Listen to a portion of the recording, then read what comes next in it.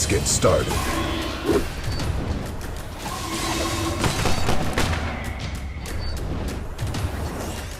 Continuing mission.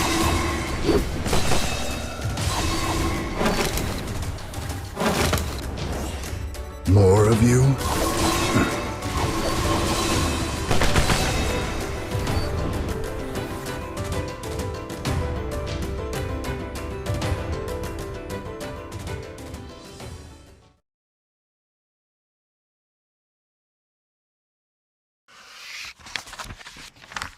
The former prince flees his kingdom, and the clockwork man follows.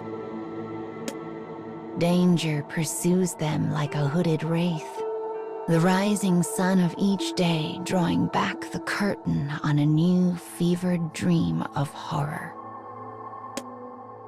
This day, the pair finds themselves in the ruins of a castle, the former stronghold of a once proud nation that now lies forgotten on the ash heap of history. As pursuing clockwork soldiers enter the ruins, the boy and his retainer fight them off one after the next. During a particularly fierce skirmish, one of these pursuers burns the retainer's hand. Their enemies are mass-produced clockwork soldiers featuring the newest and best technology the kingdom has to offer.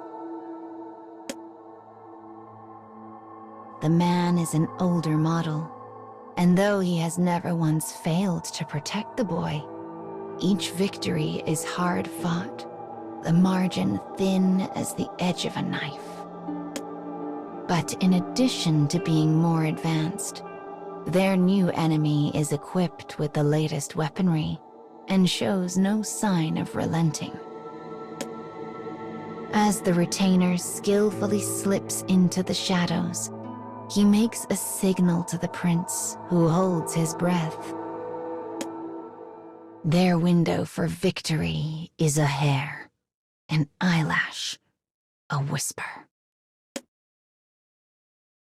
The moment the enemy turns his back, the retainer dashes forward. By the time he realizes something is amiss, the clockwork man's weapon is drawn.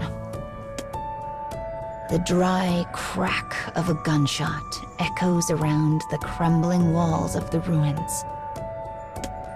Another narrow victory is theirs. He turns to the boy and sees relief wash over his young features. But then, he senses something overwhelming approaching from afar. Glancing out a nearby window, he sees a force of clockwork soldiers on the march, their numbers stretching off to the horizon.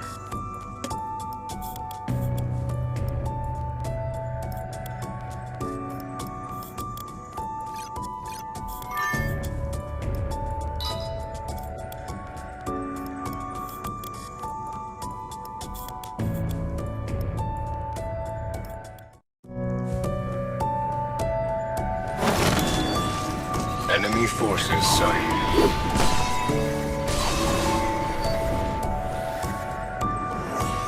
I've got enough death for everyone.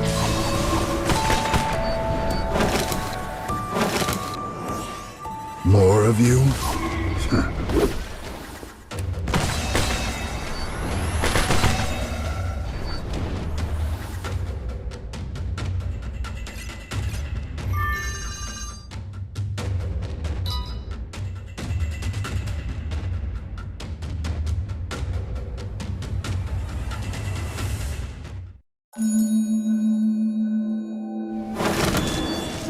Let's get started.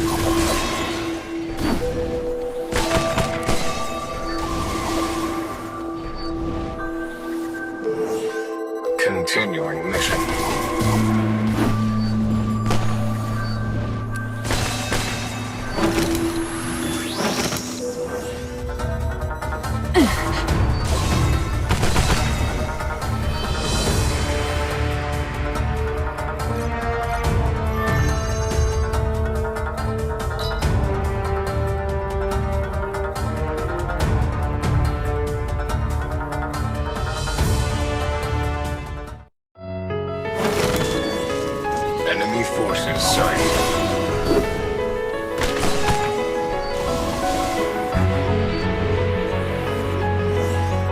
I've got enough death for everyone.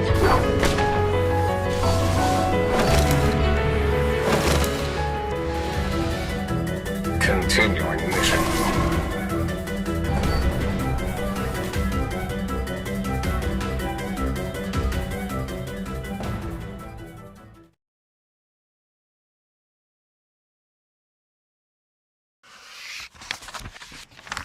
The former prince and the clockwork man hide themselves near the castle rear gate to discuss strategy.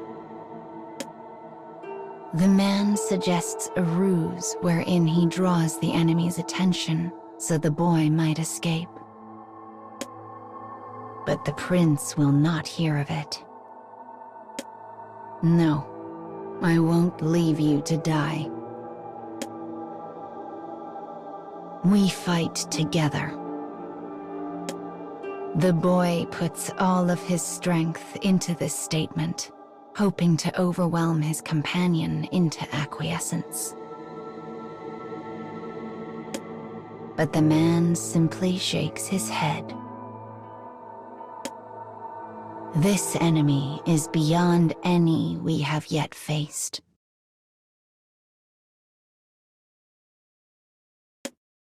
I cannot protect you and hope to defeat them at the same time. It is a cold and bitter analysis. After a moment, the boy reluctantly accepts the truth of it. He hefts a bag filled with his few meager possessions over his shoulder and slips through the back gate. I'll meet you in the next town, he says. We'll go on from there. A slight smile washes over his face before he slips off into the dark. I must survive, thinks the man. He makes his way forward with sure and powerful steps. He is ready to lay all on the line, so the boy's great cause might yet become reality. I must protect him. I must ensure he lives. And with these thoughts echoing through his mind, the man sets off for war.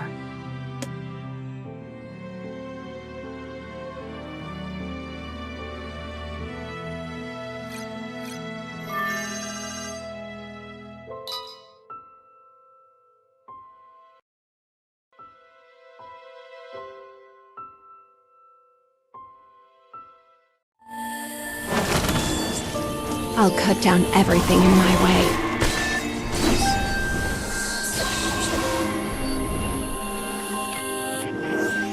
More of you?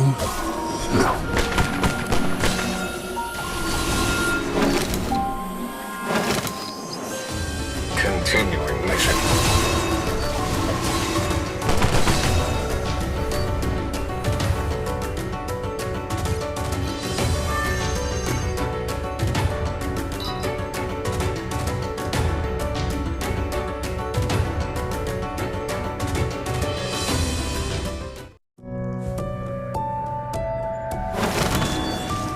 I'll cut down everything in my way.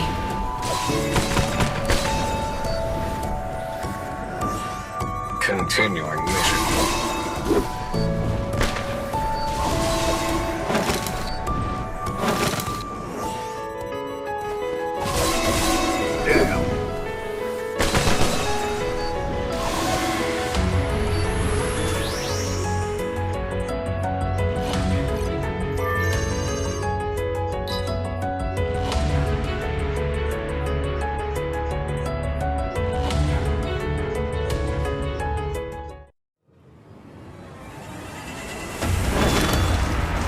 Enemy forces sighted.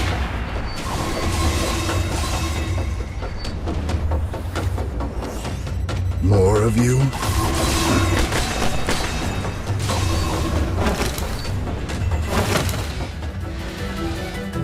Continuing mission.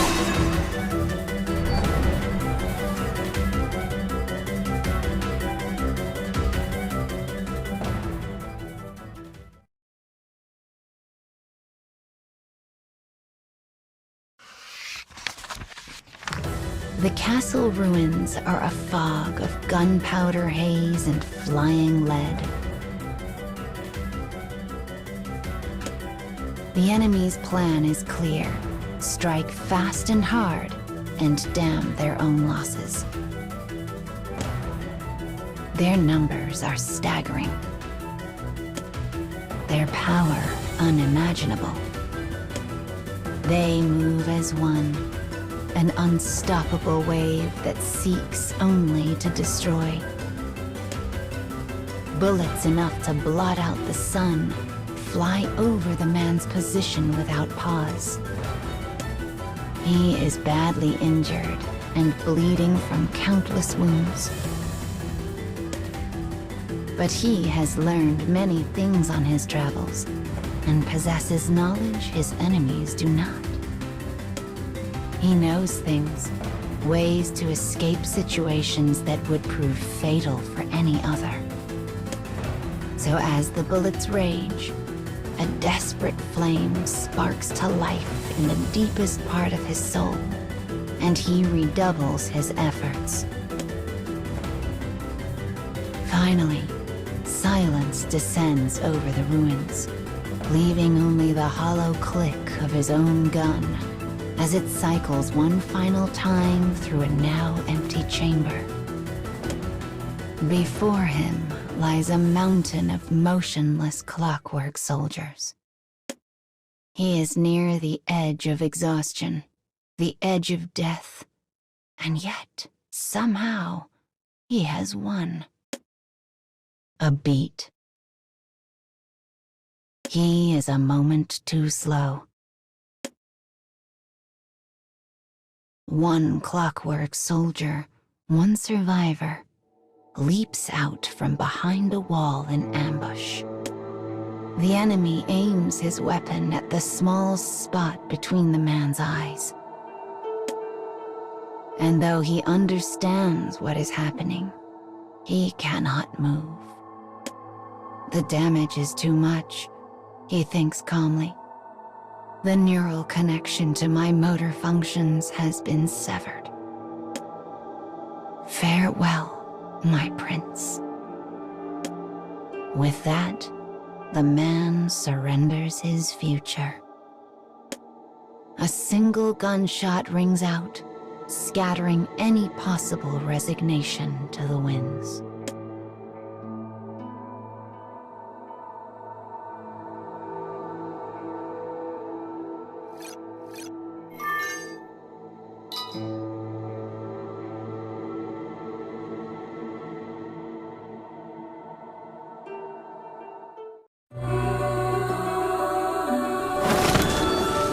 I'll cut down everything in my way.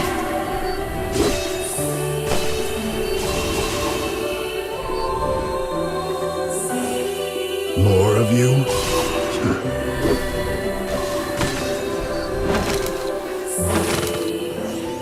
Continuing mission.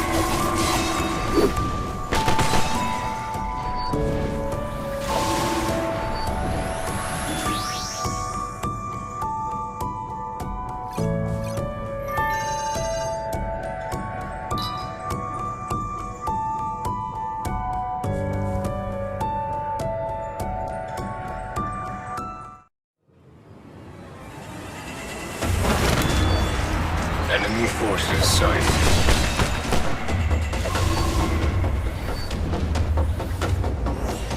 I've got enough death for everyone.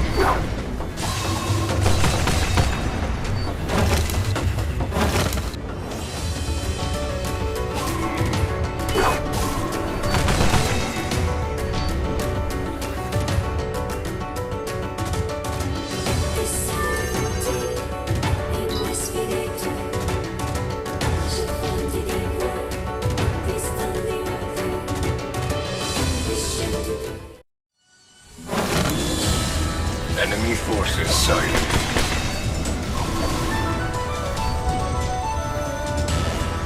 I've got enough death for everyone.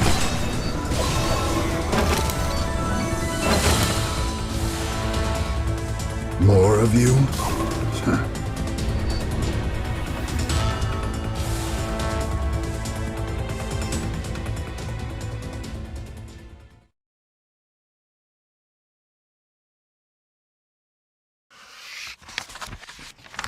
The bullet leaves the chamber and enters the heart. The heart of the enemy who had ambushed the Clockwork Man. The enemy staggers, confused, for the shot that had laid him low came from the weapon of the young prince. In his hand is one of the man's spare guns, which had been placed in the bag some time before. As shock and relief flood through the Clockwork Man, he finds his legs will no longer obey. He feels himself falling to the earth. But then the boy has him. "You've always been the one supporting me," says the young prince. "It's time for me to return the favor." His voice is a transient whisper. The man attempts to speak, but the words refuse to make the journey from mind to mouth. Why, he thinks. Why did you come back? In all of the man's planning, he never once considered that his young charge might return. But when he heard that single shot ring out, he knew instantly in his heart what had transpired. As he holds on to consciousness, the man realizes something. Though he had chosen to protect the boy, he still subconsciously trusted and relied on the prince's strength and judgment. He turns this thought over and over in his mind. How had he been able to defeat such an overwhelming enemy? How did he possibly emerge victorious over the newest models of soldiers? But no matter how hard he thinks, the answers elude him. The bond between him and the boy is a thing beyond battlefield calculation.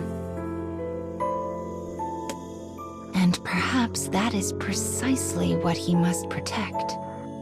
The precious bond that exists in the gossamer moment between past and future. "Come on," says the boy. "Time to rest."